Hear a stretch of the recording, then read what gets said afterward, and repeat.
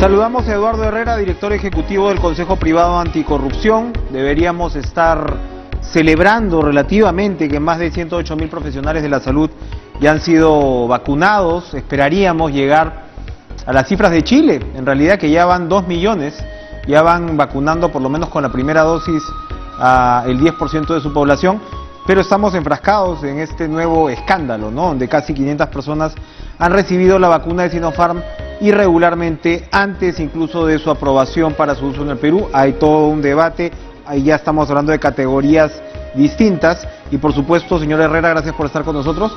Queremos preguntarle primero su opinión frente a esta situación, ¿cómo la aborda?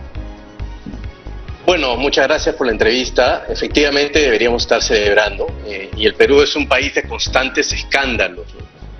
Se produce un escándalo, el morbo, todas las personas quieren saber los nombres de la lista, que se rueden cabezas y poco a poco va a ir bajando esta indignación inicial hasta que pasemos otro escándalo más. El Perú se está convirtiendo en un país de múltiples crisis éticas y si nosotros no nos percatamos de eso de una buena vez y no generamos un cambio de ahora en adelante, pues vamos a seguir produciendo lo mismo.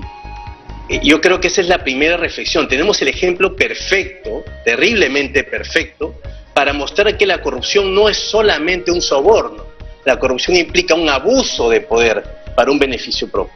Y eso es una oportunidad que tenemos que valorar como sociedad, públicos y privados. ¿Cuál es en todo caso, desde su perspectiva y desde la organización que usted dirige, el papel del privado? O sea, digamos, acá lo que vemos son...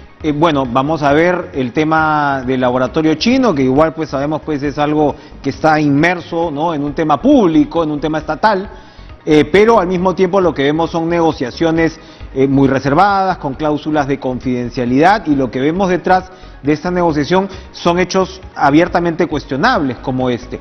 Y además tenemos, por ejemplo, a representantes de un laboratorio que se vacuna con su familia, a representantes, en fin, desde restaurantes hasta gestores públicos o gestoras públicas, ¿no?, que toman ventaja de esta situación.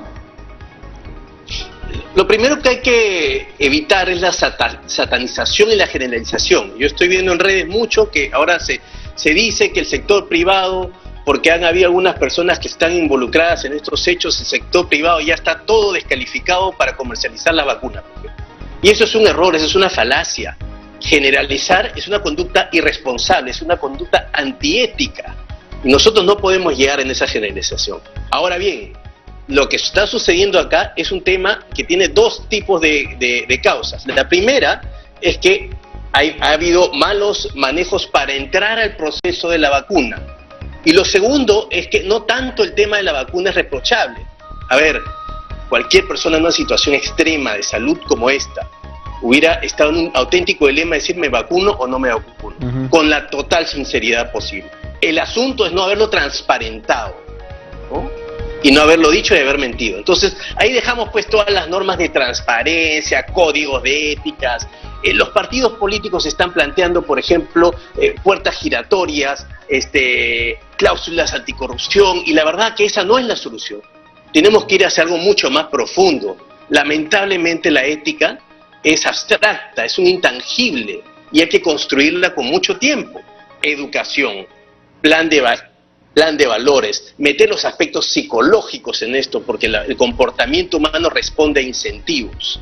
Entonces yo creo que hay una tarea importantísima de toda la sociedad. Acá no se trata de corrupción pública o privada, es un tema transversal. Pero hay no una conducta nacional, sí, hay una tara nacional, para ponerlo en términos pues que es saltarse la cola, ¿no?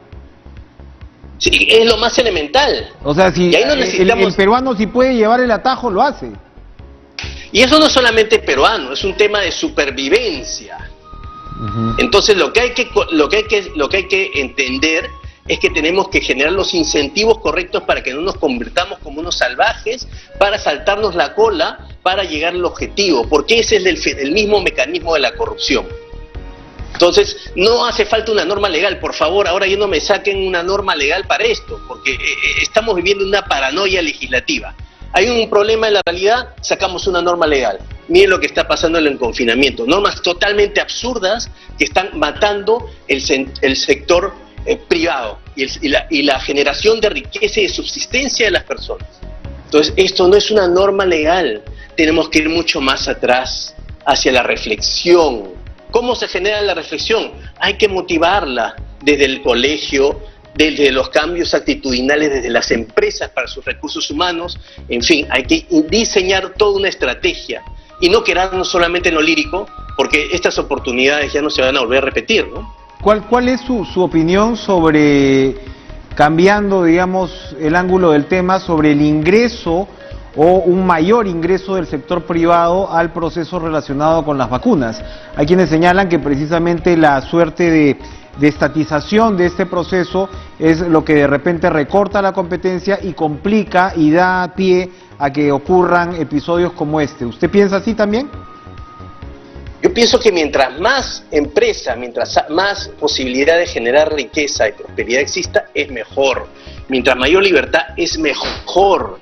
Yo no sé por qué le tienen tanto miedo al privado. A ver, si dejamos que el privado comercialice las vacunas y las personas que pueden pagar las vacunas salen de esa cola estatal, ¿no se va a destuburizar acaso la cola estatal en beneficio de gente que no tiene recursos económicos? Eso es un tema lógico, pero no. Le tenemos miedo al privado, decimos todo el privado es corrupto, ningún privado vende. Entonces la cola estatal se va creciendo y miren lo que pasa. Se produce una suerte de tráfico de vacunas originado desde el Estado. Entonces, no podemos caer en esa satanización. Hay gente que se va a portar mal en público y en privado. No llegamos al maniqueísmo. Lo que tenemos que hacer es distinguir que esto es un tema transversal. Que el privado entre con todo y comercialice, y que las personas que pueden pagar su vacuna, paguen su vacuna. Y los que no, que gratuitamente la reciban al Estado. Y ahí tiene que producirse una suerte de competencia virtuosa en favor de la población. Ahora, muchos podrían decir, para terminar, que precisamente ahora lo que ha pasado es que de alguna forma los que podían pagar la vacuna lo han hecho. De repente no en términos monetarios, pero sí en términos de influencia, de vara, como decimos en el Perú. Eso también es complicado, ¿no? Sin duda. O sea, malos comportamientos siempre van a existir, no perdamos de vista eso, en el público y en el privado. La vara es un tema que entra a lo estatal, ¿no? En el comportamiento público-privado, la vara, el tarjetazo, ¿no? ¿Cómo hacemos para que yo pueda entrar antes que tú?